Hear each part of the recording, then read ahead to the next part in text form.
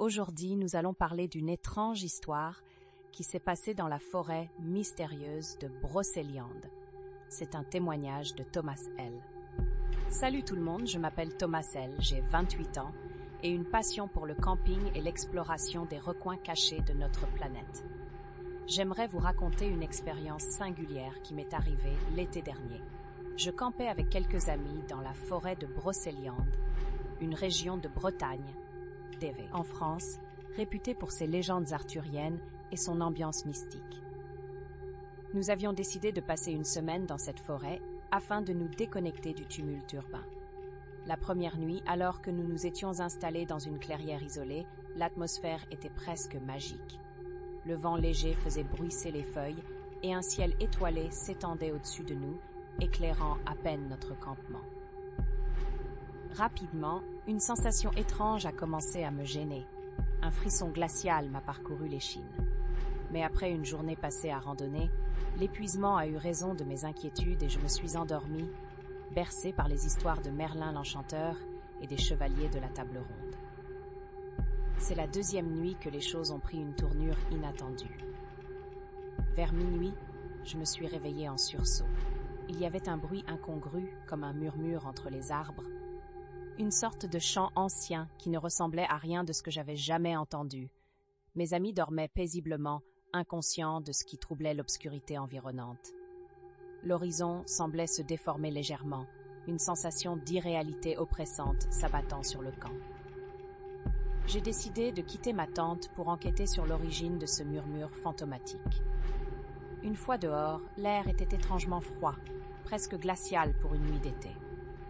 À peine quelques mètres de mon campement, j'ai aperçu une silhouette obscure se faufiler entre les arbres. Mon cœur s'est arrêté un instant et j'ai hésité à la suivre, mais pris par une curiosité irrépressible, j'ai emboîté le pas.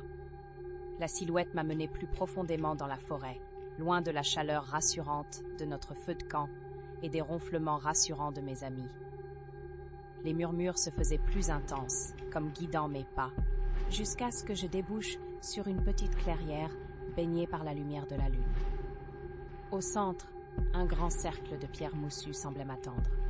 C'est alors que je l'ai vu. L'air devint tout à coup glacé, semblant aspirer abstrait, semblait danser légèrement parmi ce cercle de pierres. Son visage était caché par une cascade de cheveux ébènes.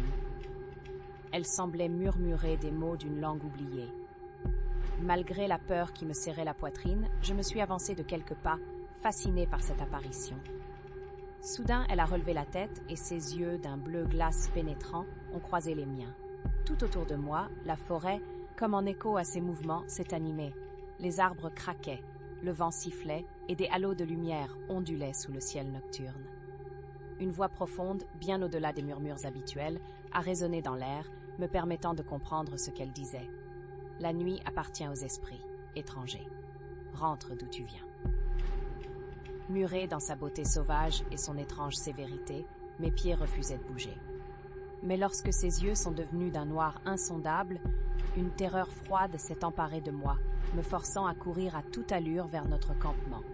Autour de moi, les arbres semblaient se tordre, rendant mon retour encore plus périlleux. De retour près de la chaleur du feu, je m'effondrais, essoufflé et terrifié. Mes amis, réveillés par mon arrivée en fracas, étaient perplexes, mais la peur dans mes yeux les dissuada de poser trop de questions à ce moment-là. Nous avons décidé de ne rester qu'1 jour de plus avant de rentrer en ville. Ce dernier jour, j'ai essayé de retrouver cette clairière avec mes amis, mais elle avait disparu comme un mirage. La forêt semblait avoir repris ses droits, imperturbable. Même si je n'ai jamais pu confirmer cette rencontre, cette expérience m'a laissé avec une certitude envahissante. Toutes les histoires ne sont pas indéchiffrables, et parfois, mieux vaut s'abstenir de chercher à percer les mystères d'un lieu enchanteur.